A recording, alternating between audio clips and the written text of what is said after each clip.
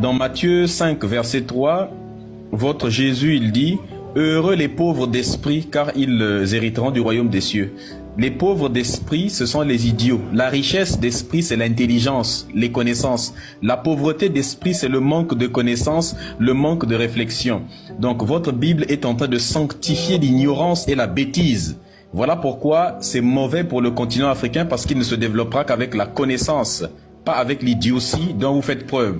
Lorsque vous passez des journées entières en train de vous branler sur des versets bibliques qui vous emmèneront nulle part. Votre religion a aussi inventé l'escroquerie. Galates 6, verset 6, « Que celui à qui on enseigne la parole de Dieu fasse part de tous ses biens à celui qui le lui enseigne. » C'est-à-dire l'invention de l'escroquerie. Et voilà, à cause de ce verset, vous avez des pasteurs à qui on achète des Range Rover, à qui on donne des parcelles, tous les biens, simplement parce qu'ils enseignent la parole de Dieu. Une parole qui ne permet de développer aucun continent, aucun pays. Donc, il y a aussi les guerres. Tout à l'heure, tu as parlé des guerres. Alors, la guerre, elle a été inventée par ton propre Dieu dans ta Bible, parce que remarquez la pertinence, parce que nous, on connaît votre livre. Quand tu vas aller lire dans le livre de Ézéchiel, chapitre 9, versets 6 jusqu'à 7, on te dit ceci. « Passez après dans la ville et frappez, que votre œil soit sans pitié, et n'ayez point de miséricorde.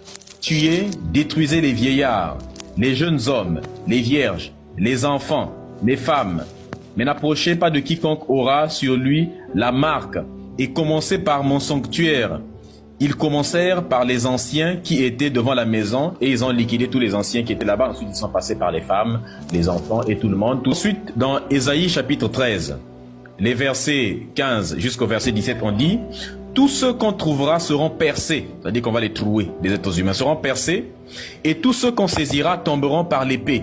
Leurs enfants seront écrasés sous leurs yeux. C'est un peu comme ce qu'Israël fait avec la Palestine. Tout ce qu'il vient de raconter sur les Luangos, c'est une idiotie totale. Il est en train de l'inventer. Alors moi je vous dis des choses que tout le monde peut aller vérifier. Hein. Toi tu nous sors des conneries. Lorsque vous dites qu'il y a un roi Luango qui a tué sa fille, mais c'est justement parce que tu n'as pas lu dans la Bible. Qu'est-ce que Dieu il dit? On va lire dans Romains 13, le verset 1 jusqu'à 2. Que toute personne soit soumise aux autorités supérieures, car il n'y a point d'autorité qui ne vienne pas de Dieu.